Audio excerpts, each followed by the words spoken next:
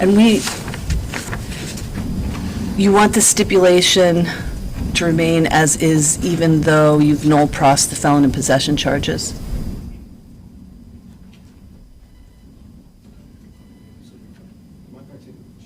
Sure. It looked like the way the stipulation was written, that It was for that there both. was, it was for both? Yes. And I'm fine to read it that way, too. I just wasn't sure whether you still wanted it that way. Yeah, I didn't recognize until last evening of the conditional null pros on the felon in possession, but if it is not a charge, I agree that has to change. It says conditional null pros, but I read that as a null pros.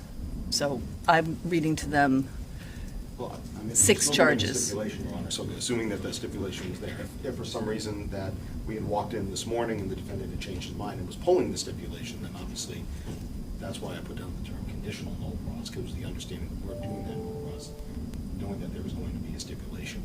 okay, if you, So, that's fine, but I guess I'm telling them that he has 6 charges. 2 charges of armed career criminal, 1 with a shotgun, 1 with a rifle, the 2 receivings, and the 2 thefts, and not the felon in possession. I think that's fine if you want that stipulation in the file. I don't think there's a problem with that. I'm raising it because the parties might think it's superfluous, but I agree, the first line, I'm looking at it again, but I agree, it included both, and I think the first line now goes out if the felon in possession is not part of it.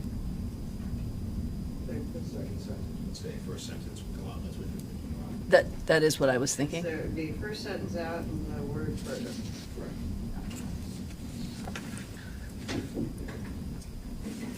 Thank you, Your Honor, appreciate it. Okay, and then, so it's just going to say the parties stipulate, and that first sentence is out. And we can talk later about when you want this read. I don't think we have to do it now. But when I read the charges to them, I am just going to read under the applicable law. So I'm just going to read to them, Adam Montgomery, between approximately September 29th, 2019, and October 22nd, 2019, did knowingly have in his possession or under his control a rifle, having been convicted of any combination of 3 or more felonies in this state or any other state under the applicable law. And we'll do that for both of the armed career criminals. I think the receiving stolen properties and the thefts remain as is. Okay. I have your witness list, which I've combined for the reading into one. Everybody still thinks 5 to 7 days. That's because I like to give the jury an estimation of the number of days. Okay. Attorney Smith. I think I estimated 2 for my witnesses, I might be down to about 1. So 5 to 7 days still. Okay. Yeah, and I tell them that's just an estimate, that they should plan accordingly. I will also tell them that this case is going to start either today or tomorrow, depending on when we have a full complement of jurors. You look. It's my understanding that we were starting tomorrow morning at 9 a.m. That's when we have our jurors ready, our witnesses ready to go. And that was, that's kind of Thursday as well. Yeah. We're starting tomorrow. Okay, so you don't want to, if we were to get everybody this morning, you don't want to do instructions or openings today? I had it as pick and go, which means, but it's fine. If you feel that tomorrow morning is, and that's when you're going to be ready, I'm fine with that. Tomorrow morning, if you could. Okay. I'd almost like Yeah. to, but I wasn't expecting it, almost want to, but I Okay. think Thursday was the Okay. expectation.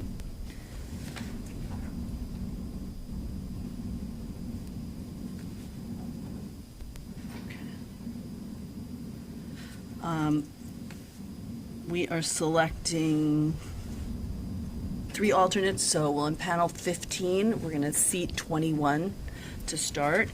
As we said earlier, the alternates and the jury foreperson will be selected at random at the end of the case.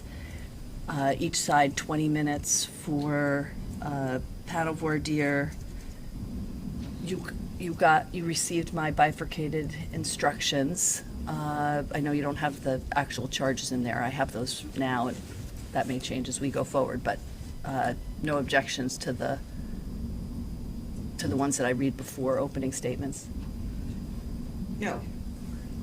Okay. I have your witness list. I'm going to tell the jurors now that we won't be having trial on Tuesday, the 6th. I just say the court has another commitment. Oh, I thought last time you said that you might be able to get someone to cover, so we're back to no, and, okay. Okay? Don't think I realized that, but okay. Okay. All right, my apologies if there was some confusion. We couldn't get coverage, and so I'm going to just take that, I'll take that day for drug court, and we'll take that day off. Okay. Okay? All right, anything, there was one motion for reconsideration on one of the limine rulings. It had some additional facts, actually. So I do want to give you a chance to respond to that if you have anything to say about it. And probably I'll just issue an oral ruling once we've had argument. We don't have to do it now. We could do it this afternoon after we've picked.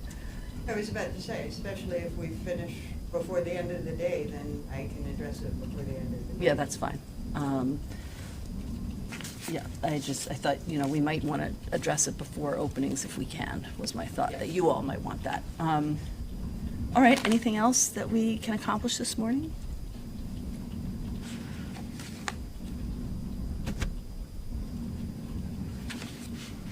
I think we're all set for this morning. All right, well, when the jurors are ready, they're not ready yet, right? Okay. When they're ready, we'll bring him up, obviously, and then we will begin. Very good. Thank you, everybody.